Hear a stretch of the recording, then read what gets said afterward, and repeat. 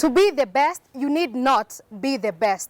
When it comes to journalism, standards hit so high. Have you ever imagined your news anchor being visually impaired? Today in Uniquely Gifted, we feature in Vivita Adhiambo. I'll be your host, Abby Wambua. Please be our guest.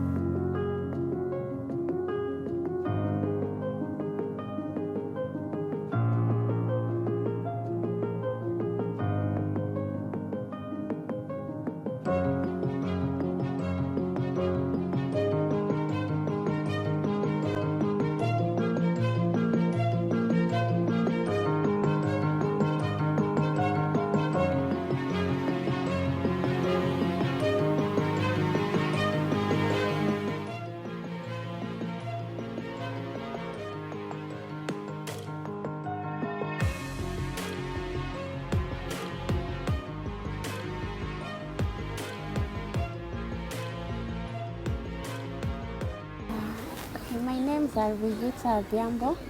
And who is Vivita?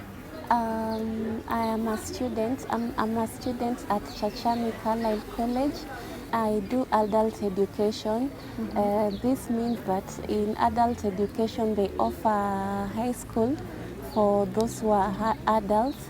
This is not a normal school setup. So in this case, we do it for 2 years, unlike a normal high school setup where you would go for 4 years in high school. Yes. You are visually impaired? Yes, I'm visually impaired. And how do you cope up in here, the school? How I cope up in here is that because the teachers do not know Braille, and I normally do my work, then there is somebody, like recently we have just done cuts. What happened is that these cuts, there's somebody we get somebody from outside the school compound who will write the exam for me, then bring it for me so that I can do it. After doing it, there's something we call transcribing. Transcribing means whatever information that has been put in Braille is written in a Braille so that any other person who does not know Braille is able to read, so that the teachers can be able to mark easily. And you visually impaired. What's your history? Were you born this way? No, I wasn't born this way.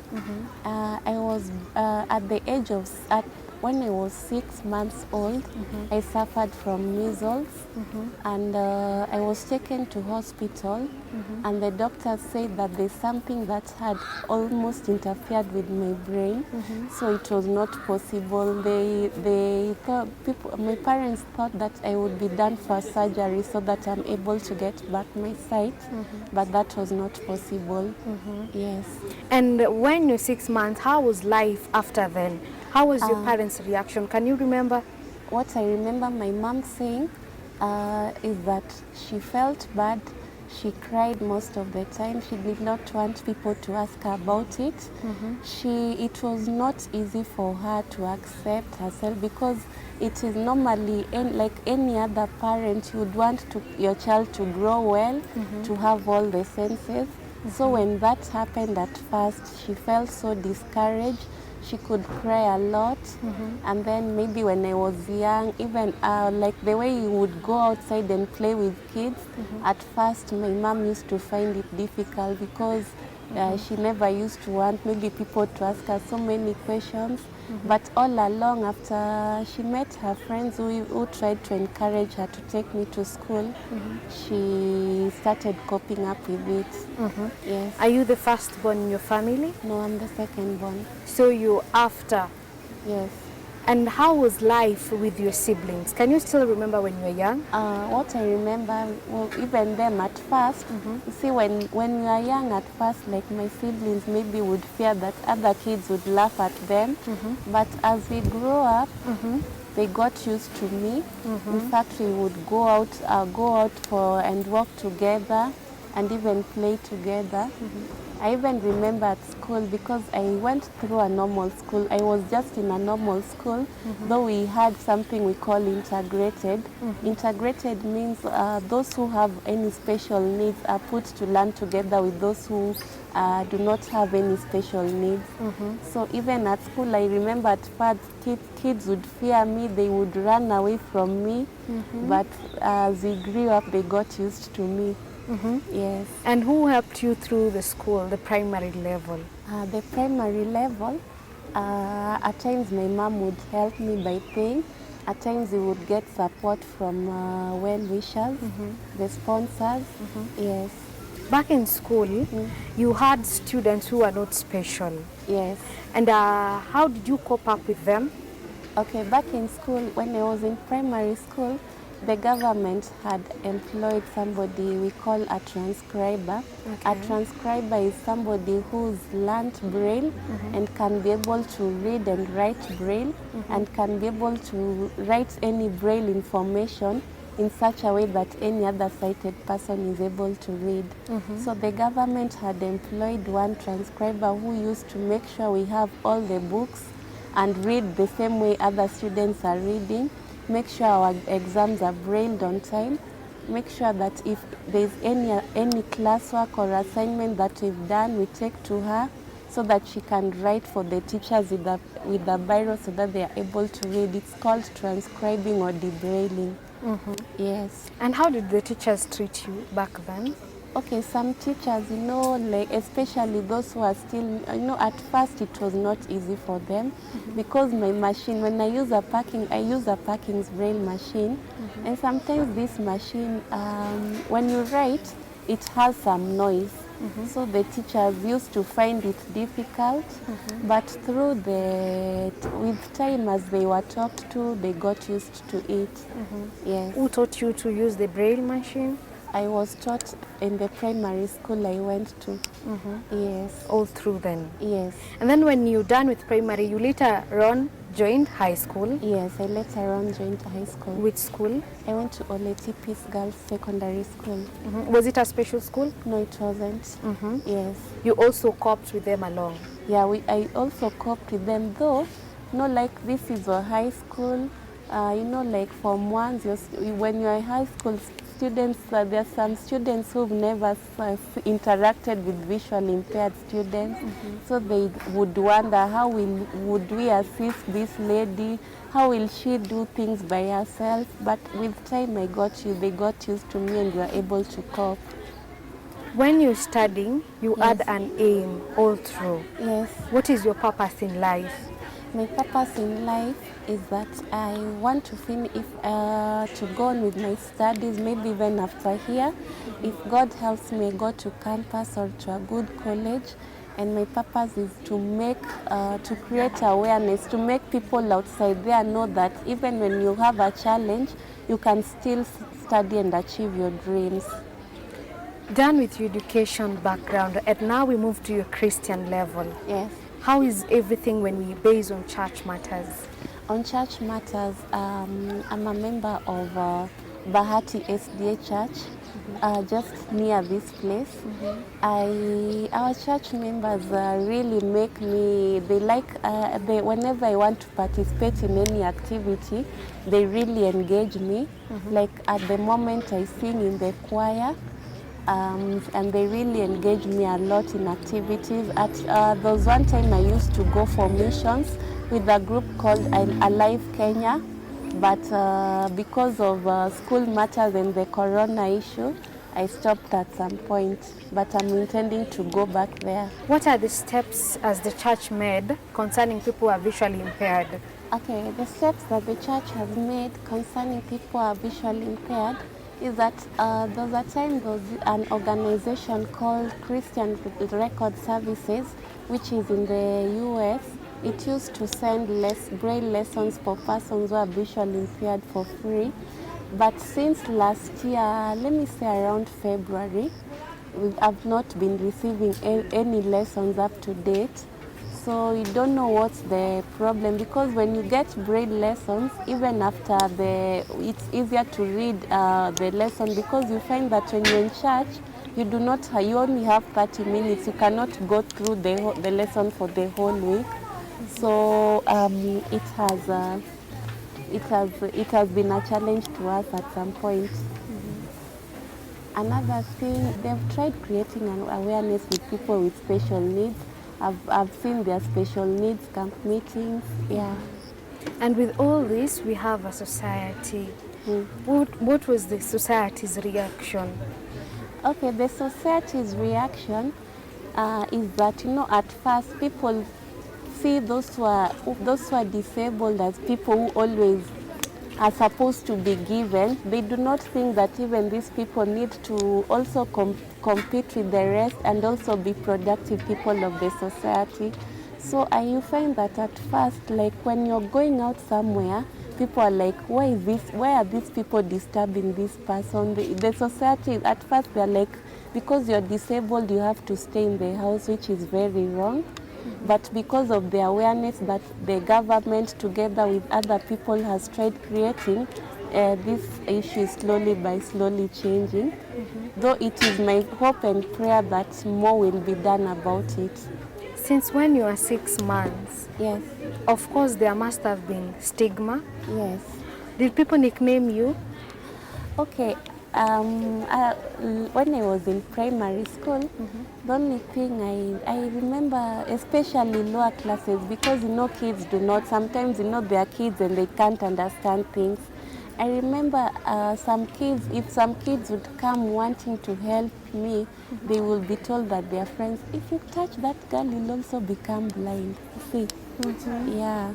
So you had no friends? At lower class, I used to have very few friends.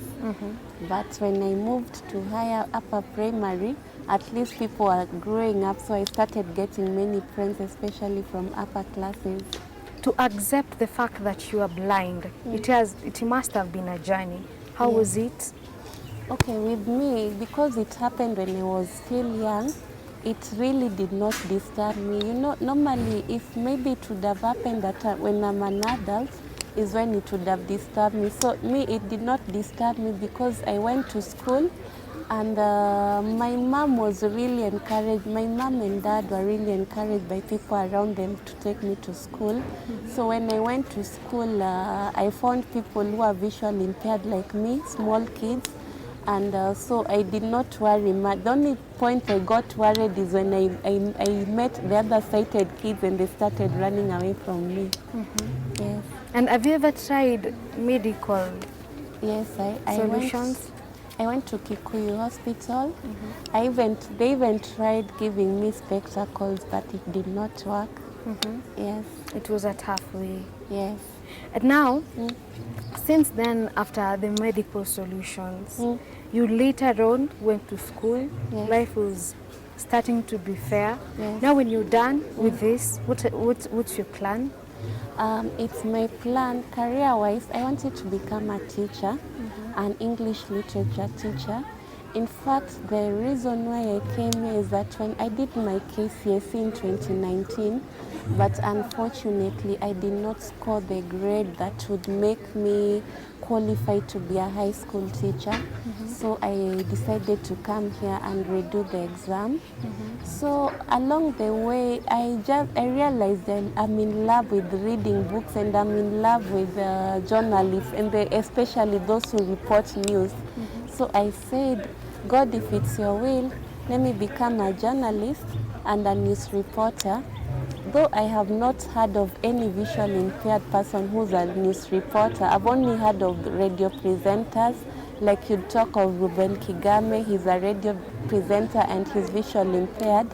I would wish to be a news reporter, and I believe if it works for me, I'll be an eye-opener to many visually impaired people who may want to pursue the career. Yes. And what is your greatest wish? My greatest wish is to serve God, the first thing, and the second one to God to help me to be always humble, and to help people around me in the society, and to create awareness about disability. Would you love to see your mama? Yes, that is always something we wish, but what I normally say, this world has got very many things which are very destructive. So maybe God had a reason of making me visually impaired. So I always believe that it might not happen here on earth, but one day God will, if we go to heaven, that one will happen, because maybe God, you know, this world has got very many destructive things. So maybe that's why God had a reason why he did that. And what makes you identify your mom? You've never seen her. Her voice. Normally, most of the people, I identify them by the voices. The more I talk to somebody, the more, okay, like when I talk to somebody the first time and they tell me their name, the more I get to talk to them, more I get to know their name, their voices. Even your teachers around? Yes. And when you're doing studies, your friends, how long does it take you to know them by their voice? It takes us, the more they talk to me, because you know there are these people who always have to talk, and the more they keep talking to me by greeting me, and every time they talk to me, the more I talk to them, the more I know their voices. And through in school, how do you mobilize from one place to another? Okay, because I'm still new in this environment, I still use my friends to guide me around. Yes. For how long have you been here? I've been here for a month. I came on the 11th of January. Yes. And for how long will you be here? I'll be here for 2 years. Yes. So from there you can trace the paths? Yeah, another thing that can also make you trace the paths, if you walk around frequently with the help of sighted people, because maybe at first you still don't know. So when you walk around frequently, it will help you know the paths. In fact, that's what helped me when I was in OLTPs. Yes. And when now you're familiar with the place, what will you be working with? I'll be using this. It is called a white cane. Yes. It helps you. Yeah, it helps you to move about when you don't have any sighted person around you. Yes. When we rise together, we honestly make it. And therefore, she got friends that help her work all through in all our interviews around. In next time, we'll be joining with her friends, her teachers. Don't miss, don't touch that dial. We will be back. Have been your host, Abby Wambua.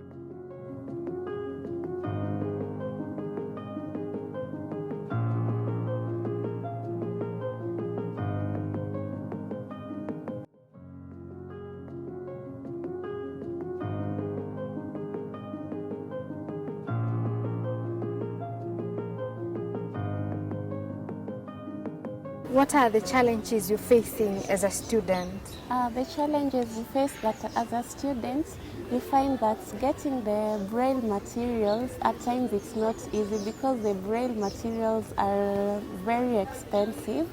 For example, as I said earlier, we've just done our cuts and we had to get somebody to Braille the exam at a fee, and we're brailing all those papers and to debraille, meaning putting what is written, the Braille information, in a way that even any other side teacher can be able to read, is a bit expensive. It may be close to almost 5,000 shillings doing that work.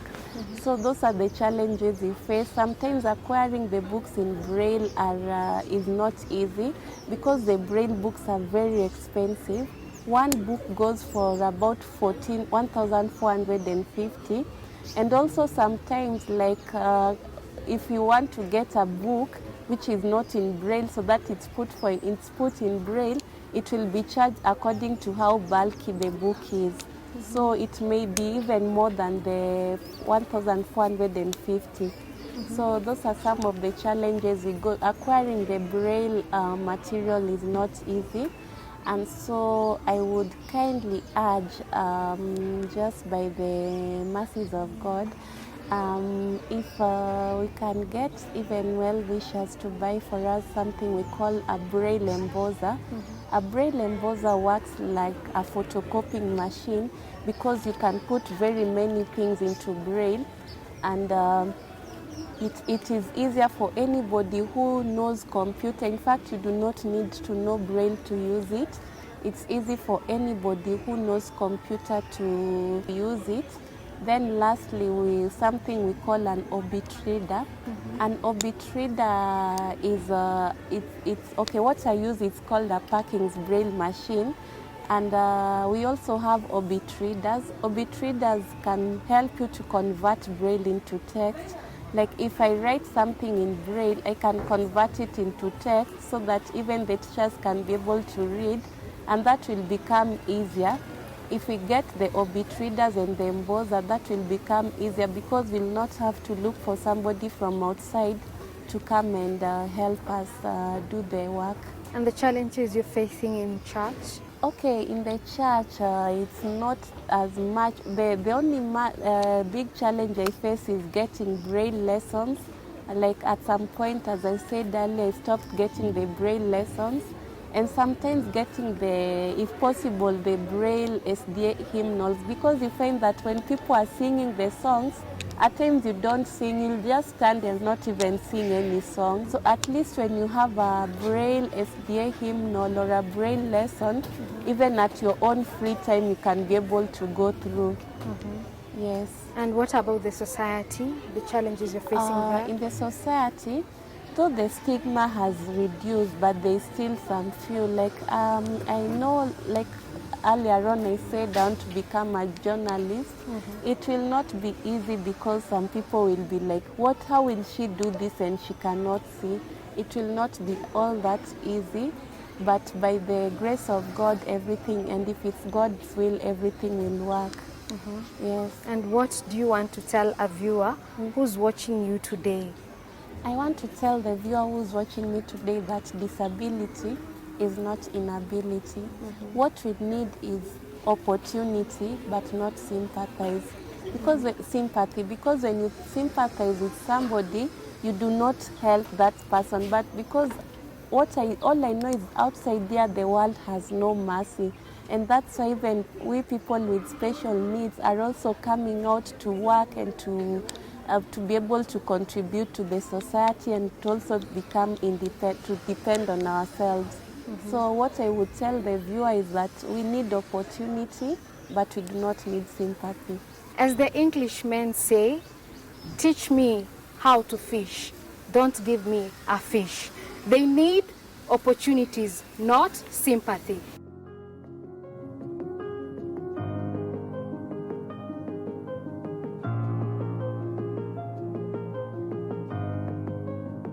Hello.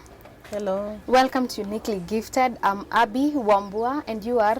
All right, thank you. I'm Madam Ruth Akinye of Chachami High School. Yeah, and I'm the class teacher of Vivita. Yeah. Does the school offer blind lessons at large? We don't. We call them the able students. Yeah? Yeah, but we also accommodate students who are disabled. Yeah. And how is the journey having able students and the disabled students too? It's a little bit tough, although on my side it's not that tough because I've been trained on special needs, so I know how to handle special needs students. But now on the side of the students is where there's a problem, because for the able students, they feel like they have been undermined when it comes to their right to learn without any interference. For example, for Vivita, she has to use her Braille machine to type in class while writing notes. So while she's typing, the machine makes a lot of noise. So the others feel like, this is too much. I can't learn while there's somebody typing or making that noise. So that is one of the main challenges that we have faced so far. Yeah. Do you give her special treatment? Not really. We just, we normally just teach her like any other student. Any other activity that she carries out, just like any other student. The only part that maybe we can come in is when she needs to maybe walk around or has to visit some places. Now that is where we can now come in to take her, maybe ask some students to take her where she wants to go. or maybe the teachers can come in and also take her. And during the examinations? Okay, during examinations, she's placed in her own class. Yeah, she's not placed with the others. This is because of the noise of the machine, okay? But she does the same exams with the other students, yeah. And when it comes to class, have you designed a specific place for her to study from? Yeah. We have to because of her special needs, yeah? So we have to place her in front of the class. That is for her to get the information very fast, yeah, so that she doesn't have to strain to listen to the teacher. So that one will help her. And then also because of the noise of the machine, at least if it is if we put her in the back, it will, I don't know, but there's a lot of echo when she's at the back. But when she's at the front, then the echo is less. It's not as much as when she's in the back. And how is her performance? Okay, she's I can say she's average, although she can do better if she puts more effort. Maybe because of some challenges, a few challenges here and there, but she can do better. Yeah, she's a good student so far. Yeah. And to a parent who is back there at home, maybe she's stranded. My child is visually impaired. What am I supposed to do? For a parent who has a visually impaired child, yeah. You know, some parents, it depends also with, there are so many issues that some parents are facing. Some maybe are coming from backgrounds where they cannot manage to take a child to a special school. That is if the child is old enough, yeah? I think you talk about the education part, okay? So you can, like for us, we accommodate the special needs student. Although they are first advised to take them to an hospital so that the child can be examined, so that they can know more about the disability of this child. Then the parent can now decide whether to take that child to a special school according to the advice that she gets, or can integrate her in a normal school.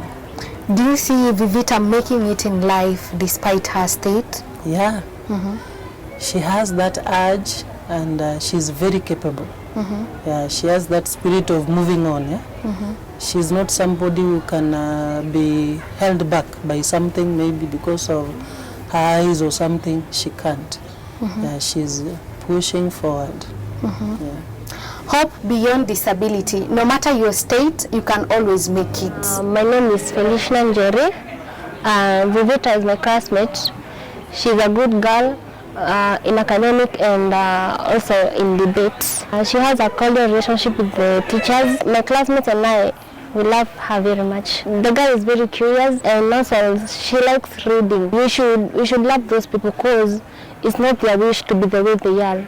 So we should show love upon them and take them as God's creatures.